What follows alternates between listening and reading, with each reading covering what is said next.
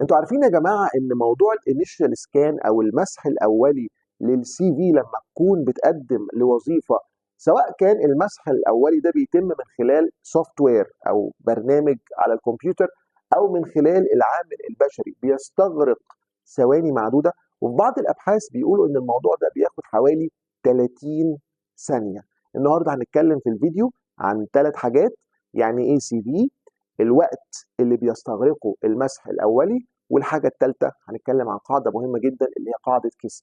الهدف من الفيديو النهارده ان احنا بنحاول نشتغل على المايند سيت بتاعتكم، على طريقه التفكير بنشتغل عليها، علشان لما نيجي نكتب السي في يبقى انت عارف الموضوع ده بشكل كويس جدا، وفاهم ان الموضوع بياخد وقت قليل جدا، اللي هو موضوع الانيشال سكان. طيب خلينا نتكلم في الاول يعني ايه سي في. سي في اختصار لكلمتين باللاتيني اللي هم كوريكولم فيتاي. كوريكولم فيتاي اللي هي السيره الذاتيه، او ساعات بيسموها بالانجليزي اللي هو الكورس اوف لايف، او مسار الحياه بتاعك او مشوار الحياه بتاعك. ده باختصار يعني ايه سي في. السي في هي الماركتنج تول بتاعتك، البيرسونال ماركتنج تول بتاعتك، هي الاداه التسويقيه الشخصيه.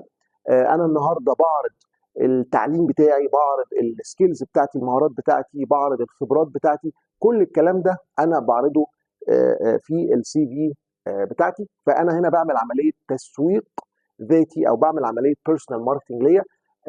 فعايز ابقى يعني شاطر قوي في الحته دي علشان يحصل لي حاجه اسمها شورت ليستنج. شورت ليستنج يعني ايه؟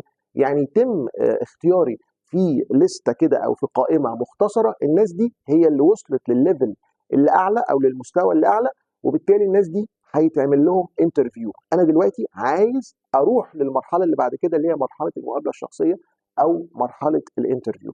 فالسي في بالظبط كده عامله زي لما انت تيجي تنزل تشتري حاجه من محل، فانت بتبص الاول على الفاترينا بتاعت المحل، بعدين بناء على الفاترينا والحاجات اللي انت شايفها في الفاترينا بتقرر هتدخل المحل ده ولا لا. السي في هي الفاترينا بتاعتك، فعلى قد ما تقدر اعملها بشكل يوصلك للمرحله اللي بعد كده اللي هي مرحله الشورت ليستنج. دي فكره كده سريعه عن السي في. طيب زي ما قلت لكم في الاول، الوقت بياخد ثواني. الابحاث بتقول كده ان ممكن 30 ثانيه بس علشان اقدر اقرر من خلال سوفت وير او من خلال زي ما قلت لكم العنصر البشري الشخص ده او الابليكنت ده او هذا الشخص المتقدم للوظيفه هيروح للمرحله التاليه اللي هي المرحله الخاصه بالانترفيوينج ولا لا. فدي نقطه مهمه جدا، ركز فيها. المايند سيت من فضلك ما تكتبش كتير، وده اللي هياخدنا بقى للنقطه رقم 3 اللي هي قاعده كيس. keep it simple specific. خلي السي في بتاعتك بسيطه، ما تكتبش مصطلحات بنسميها جارجون، مصطلحات غير مفهومه للناس اللي هي بتقراها او يعني ملهاش علاقه بالموضوع. وخليك سبيسيفيك، خليك محدد. السي في احنا بنتكلم بصفه عامه، ممكن اللينث بتاعها او طولها يبقى بحد اقصى صفحتين 2 بس.